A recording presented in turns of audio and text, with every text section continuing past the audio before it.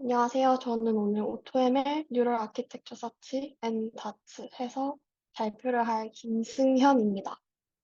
저는 원래 아이쿠 처음 들어올 때 당시에는 연구실에서 메디컬 2D 비전 쪽을 하고 있었는데, 의료 데이터가 생각보다 까다로워서 딥러닝이 뭘까 이런 고민을 하다가 요즘에는 AutoML을 통해서 뭔가 딥러닝 자체를 공부하려고 해보고 있습니다.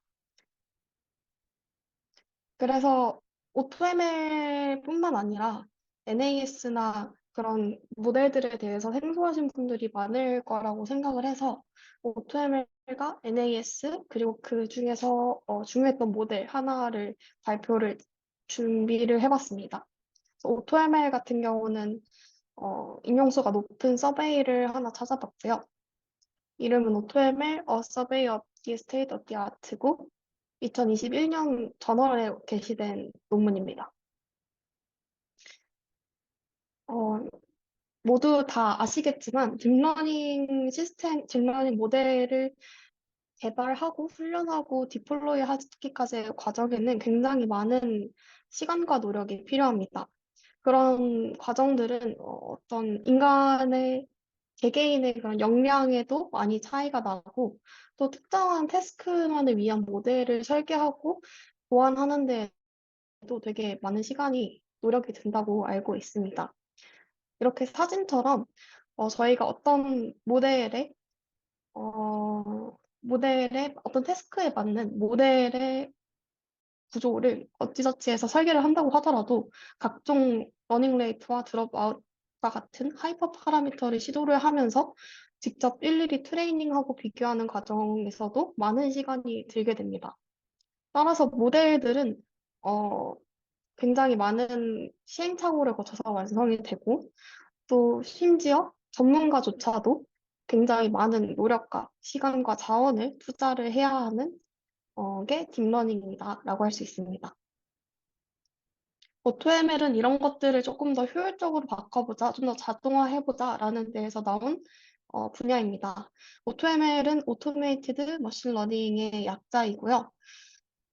머신러닝의 파이프라인 전체를 어떤 주어진 자원과 시간 내에서 자동화해서 완성할 수 있도록 하는 것이 AutoML의 목표입니다. AutoML로 구성된 그런 전체적으로 AutoML로 구성된 시스템 같은 경우에는 사용하기 쉽고 또 처음부터 끝까지 엔드 투 엔드로 활용할 수 있는 그런 시스템이 될 수 있는데요. 이 말인즉슨 ML에 관한 지식이 적거나 아니면 전혀 없는 사람도 되게 괜찮은 모델을 만들 수 있게, 커스텀된 모델을 만들 수 있게 할 수 있습니다. 실내로 구글 클라우드 오토ML이라는 플랫폼이 있는데요. 이게 그 해당 플랫폼의 사이트이고, 여기서는 이제 얘기하는 게 최소한의 노력과 지식만으로도 머신러닝 모델을 커스터마이징 할 수 있다. 고퀄리티로 커스터마이징 할 수 있다라고 제시하고 있습니다. 여기는 아직 테이블러 데이터를 자동화해서 트레이닝하는 걸로 제가 확인을 했던 것 같고, 이런 식으로 다양한 프로덕트를 통해서 AutoML 환경을 제공하고 있습니다. 그래서 주로 비즈니스 B2B 서비스로 제공을 하는 것 같아요. AutoML 파이프라인은 일반적인 머신러닝 파이프라인으로 나뉘어지게 되는데요.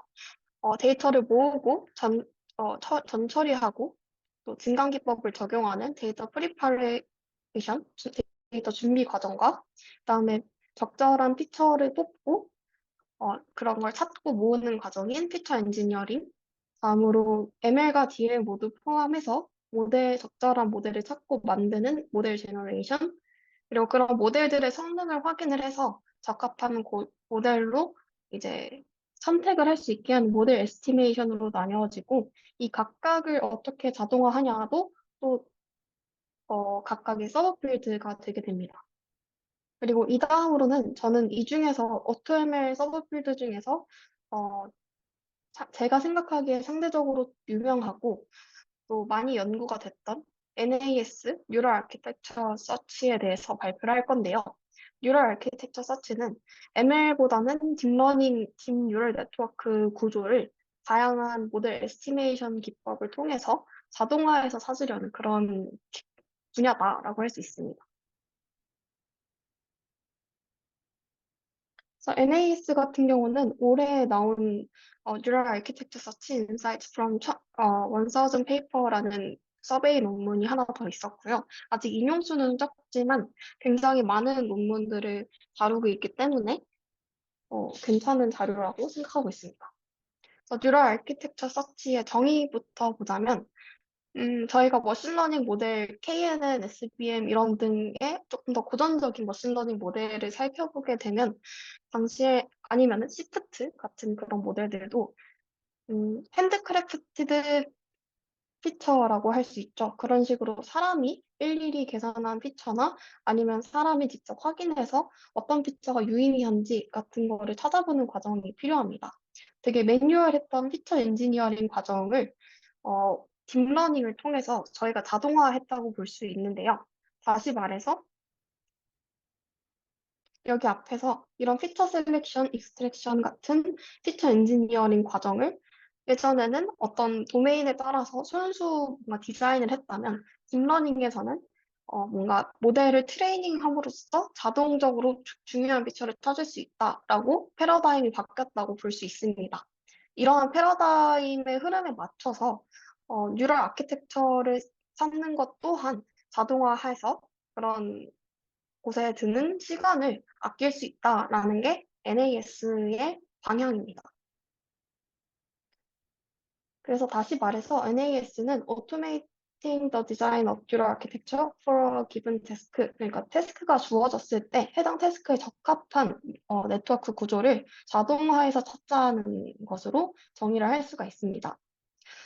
이 서베이 논문에 따르면 NAS로 찾은 그런 구조들이 이미 사람이 디자인한 그런 구조들을 앞서고 있다라고 나와 있었는데요.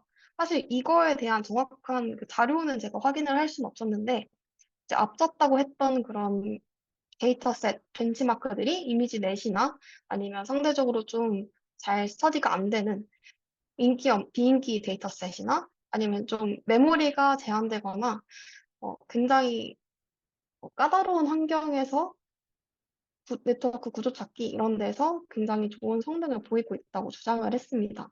제가 페이퍼 위드 코드에서 실제로 좀 찾아봤는데 이 오른쪽에 있는 그 그래프가 NAS로 만든 네트워크 구조의 이미지넷 성능이에요.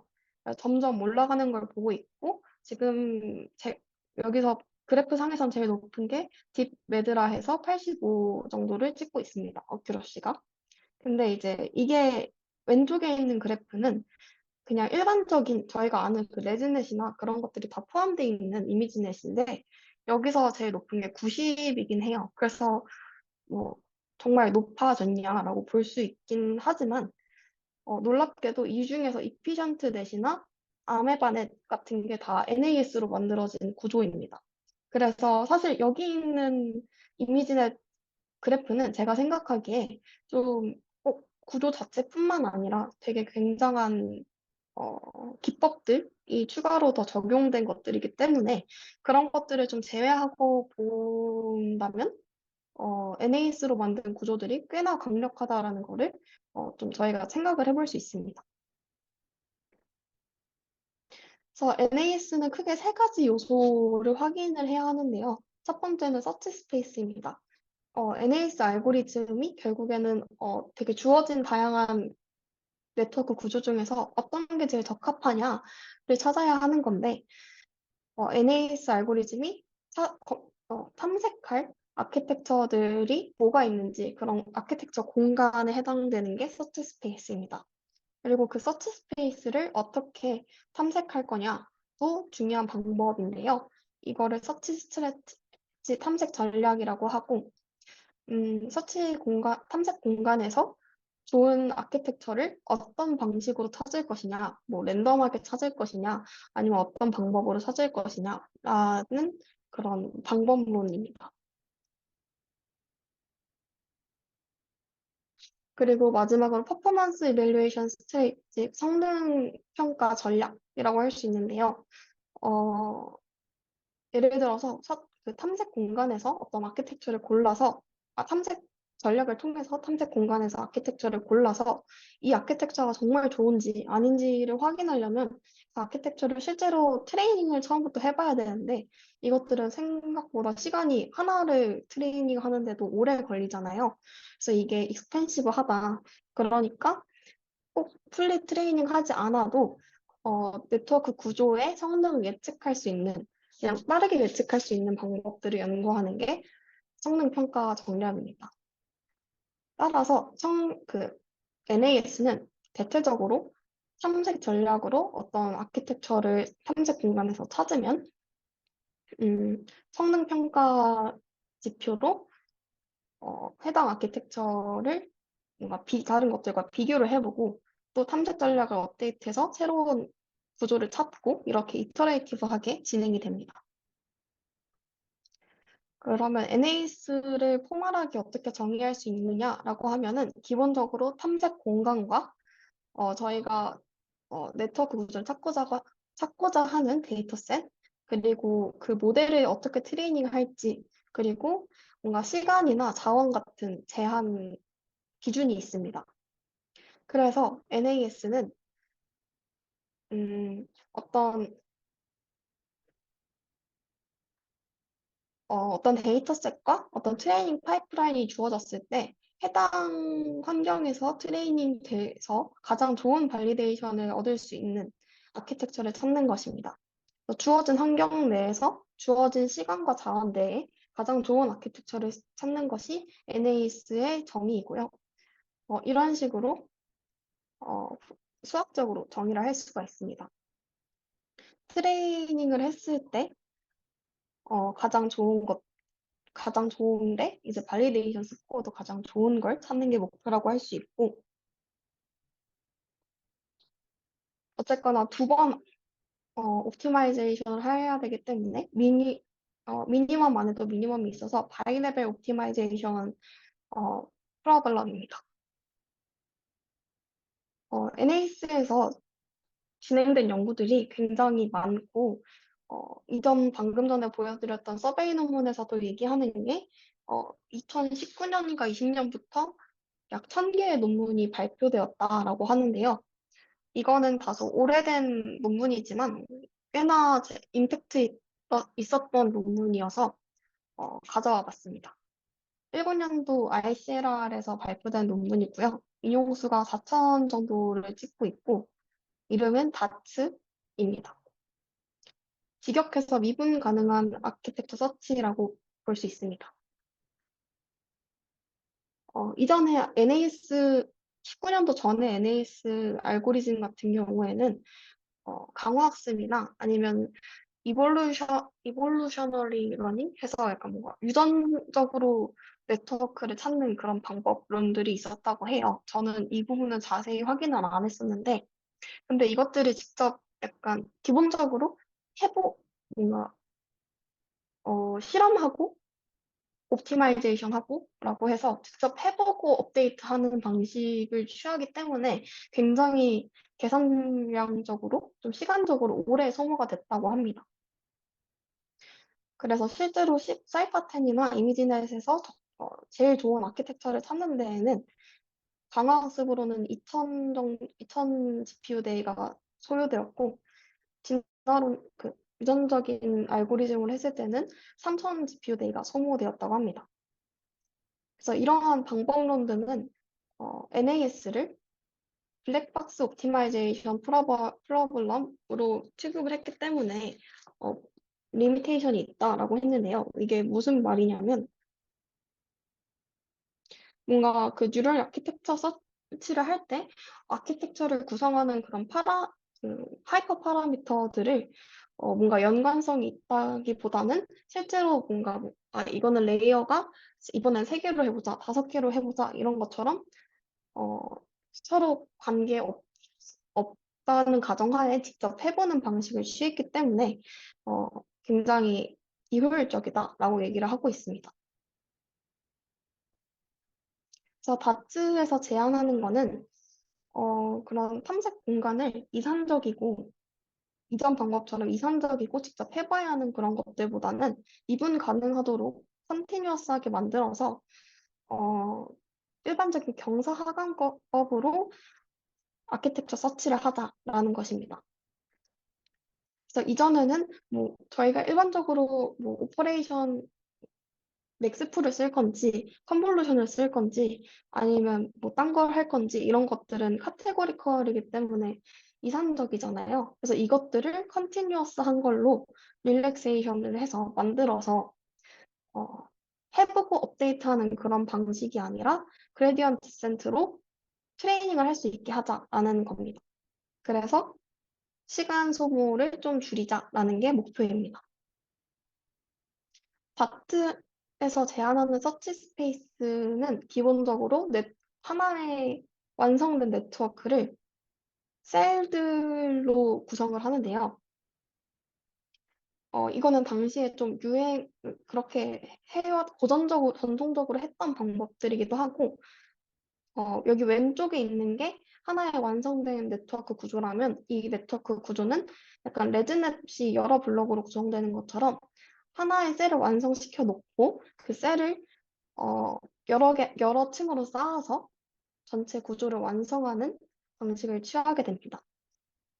그래서 결과적으로 다츠로 찾는 것은 네트워크 구조가 아니라 하나의 셀의 구조가 되는데요. 하나의 셀은 어쨌거나 저희가 입력에서 아웃풋으로 가는 흐름이 있기 때문에 디렉티드 어사이클릭 그래프 형태를 띠고 있고 총 N개의 노드로 구성이 되어 있습니다. 각각의 노드는 컨볼루셔널 네트워크에서 피처맵처럼 어떤 네트워크에서의 레이턴트 레프레젠테이션으로 볼 수 있고요. 그 다음 이 노드들을 연결하는 방향성 있는 이 엣지들이 컨볼루션이나 아니면 어떤 액티베이션 펑션 같은 그런 오퍼레이션에 해당합니다. 그래서 예를 들면 이 노란색이 3x3 컨볼루션, 초록색이 555 컨볼루션, 빨간색이 뭐 액티베이션 뭐 이런 식으로 될 수 있는 거예요. 그래서 이런 서치 스페이스를 탐색해서 뭐 다양한 이런 오퍼레이션 조합 중에 이 노드들을 연결하는 다양한 오퍼레이션 조합 중에 어떤 게 가장 적합한가를 찾게 됩니다. 이제 다양하게 연결할 수 있는 방법이 다양하기 때문에 마지막에 아웃풋에 들어가는 것들이 베리어블하고 그 개수가 정해져 있지 않아서 셀의 아웃풋은 그 마지막에 결정되는 그런 중간 노드들의 아웃풋을 모두 컴캐트네이션하고 리듀스해서 얻는 방식으로 어, 셀을 끝내게 됩니다. 추가로 두 노드 간에 커넥션이 별로 없는 것 같다라는 걸 나타내는 제로 오퍼레이션도 여기에 파란색처럼 추가가 되게 됩니다. 그래서 컨티뉴어스 릴렉세이션을 했다라고 했는데 얘가 구체적으로 뭘 의미하냐면 원래는 뭐 오퍼레이션을 뭘로 할지 여러 카테고리 값 중에 선택하는 것이었다면 여기서는 소프트 맥스를 이용해서 어떤 오퍼레이션일 확률이 높은지의 문제로 바꿨습니다. 그래서 이런 형식의 어, 그 소프트 맥스로 바꿔서 되게 가능한 오퍼레이션 중에서 어떤 게 높은지를 이 가중치를 학습함으로써 어, 학습하게 됩니다. 그래서 마지막에는 이 소프트 맥스를 계산했을 때 가장 그럴듯한 오퍼레이션을 고르는 방향으로 셀의 구조를 결정하게 됩니다. 그래서 실제 훈련 과정에서는 맨 처음에 이제 그냥 이 오퍼레이션 엣지의 가중치들이 초기화 상태로 되어 있는데 점점 B, C, D를 거쳐서 학습을 진행하면서 어떤 오퍼레이션이 점점 우세해지고 마지막에는 그 오퍼레이션을 선택함으로써 셀의 구조를 고정하게 됩니다. 그래서 옵티마이제이션 같은 경우는 아까 NAS 일반적인 옵티마이제이션을 따르는데요. 어, 그 네트워크를 평가하는 데는 네트워크 구조뿐만 아니라 그 네트워크의 가중치도 중요하기 때문에 어, 어떤 구조를 찾았을 때 얘를 트레이닝을 해서 그 트레이닝 스코어가 제일 좋은 걸 우선 셀렉을 하고 그 구조와 가중치가 발리데이션에서도 제일 좋은 걸 선택을 하게 됩니다. 역시 바이레벨 옵티마이제이션이고요. 근데 여기서 그 서브젝트 2 뒤에 따라오는 이 트레이닝을 시키는 거, 어떤 구조를 가장 좋은 가중치를 찾기 위해 트레이닝을 시키는 거가 결국에 트레이닝 속에 트레이닝이 있기 때문에 굉장히 익스펜시브합니다. 그래서 여기서는 그냥 원 스텝으로 근사를 하자라고 합니다. 어떻게 보면 여기 아우터 루프에서 이 발리데이션을 측정하는 부분에서 굉장히 또 많은 이터레이션을 돌 거기 때문에 여기에 옵티마이제이션을 그냥 모든 네트워크를 도는 게 아니라 한 스텝만 가는 걸로 하더라도 뭔가 평균적으로 봤을 때 근사한다고 볼 수가 있습니다. 그래서 음, 트레인 스코어를 전부 다 이제 트레이닝을 하지 말고 원 스텝만 내보내서 그걸로 발리데이션을 측정을 하자라고 그레디언트를 근사하자라고 주장합니다. 그래서 정리를 하자면 이제 각 한 셀 내에서 오퍼레이션일 확률을 초기화한 다음에 이제 그 트레이닝 과정을 원 스텝만 밟고 밸리데이션이 제일 낮은 걸로 그레디언 디센트를 수행하면서 업데이트하는 과정을 반복해서 마지막에 파이널 셀 구조를 찾게 됩니다. 그래서 이게 굉장히 잘 다트 순서를 나타내게 되는데요. 이렇게 알파가 각 오퍼레이션의 가중치에 해당하는데 각각의 엣지에서 오퍼레이션의 가중치를 초기화한 다음에 그, 여기 오퍼레이션의 가중치와 이 오퍼레이션으로 완성된 구조를 함께 트레이닝을 해서 적절한 셀의 구조를 찾고 나서 각 엣지마다 제일 소프트맥스 값이 높은 오퍼레이션을 선택을 해서 셀의 구조를 완성한 뒤에 마지막으로 처음부터 트레이닝을 시켜서 그 NAS가 찾은 구조의 성능을 평가하게 됩니다. 그래서 실험에서는 컨볼루셔널 셀 아키텍처도 찾아보고 리커런트 아키텍처도 찾아봤는데요. 컨볼루셔널 셀 같은 경우에는 그러니까 여기에서 가능한 그런 오퍼레이션들이 이렇게 한 6가지가 있습니다. 아무 상관관계가 없다는 걸 나타내는 제로랑 이제 그냥 아이덴티티 펑션과 여러 조합의 풀링이나 컨볼루션을 오퍼레이션을 포함시켰고요. 한 셀은 총 7개의 노드로 구성이 되고 마지막에 일반적인 전통적으로 행해졌던 방법에 따라서 그 소프트맥스 값이 가장 높은 2개의 오퍼레이션을 선택해서 셀의 구조를 만들었다고 합니다. 리커런트 셀 같은 경우는 리니어 트랜스포메이션 다음에 탄 H를 쓰거나 렐루를 쓰거나 시그모이드를 쓰거나 등의 3가지 방법의 오퍼레이션을 포함을 시켰고 역시 아이덴티티랑 제로가 있습니다. 한 셀은 12개의 노드로 구성이 되어 있고 얘는 앞서 컨볼루셔널 셀과 다르게 소프트 맥스 값이 제일 높은 하나의 오퍼레이션만을 선택을 해서 셀을 구성했다고 하네요.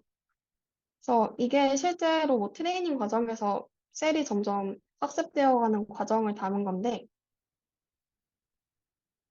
조금 그 속도가 빨라서 정확히 보기는 좀 어렵지만 점점 이 셀의 구조를 나타내는 그래프가 점점 바뀌어가면서 어떤 오퍼레이션들로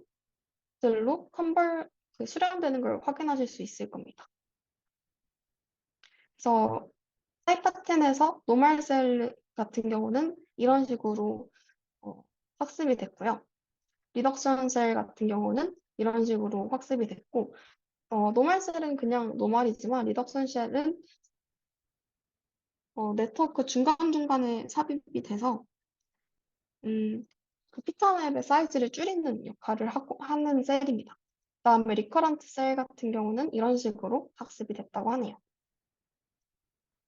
그래서 사이퍼10에서 성능 평가를 했을 때, 그러니까 사이퍼10에서 가장 적합한 네트워크를 찾아봤을 때 테스트 에러가 물론 조금 더 높은, 좀 더 낮은 것들이 있긴 하지만 그래도 꽤나 준수한 성능을 보였고, 여기서 가장 중요한 점은 서치 코스트가 굉장히 낮게 나왔다는 겁니다.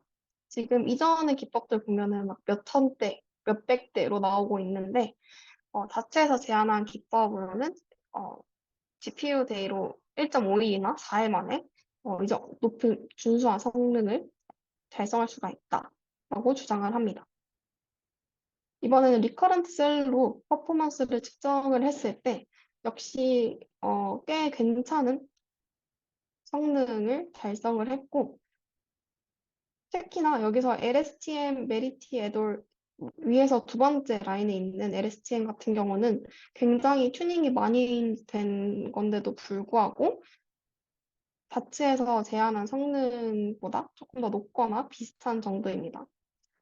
또 여기 위에서 네 번째 해당하는 모델은 약간 그 뭐지 앙상블처럼 소프트맥스 믹스처 형태인데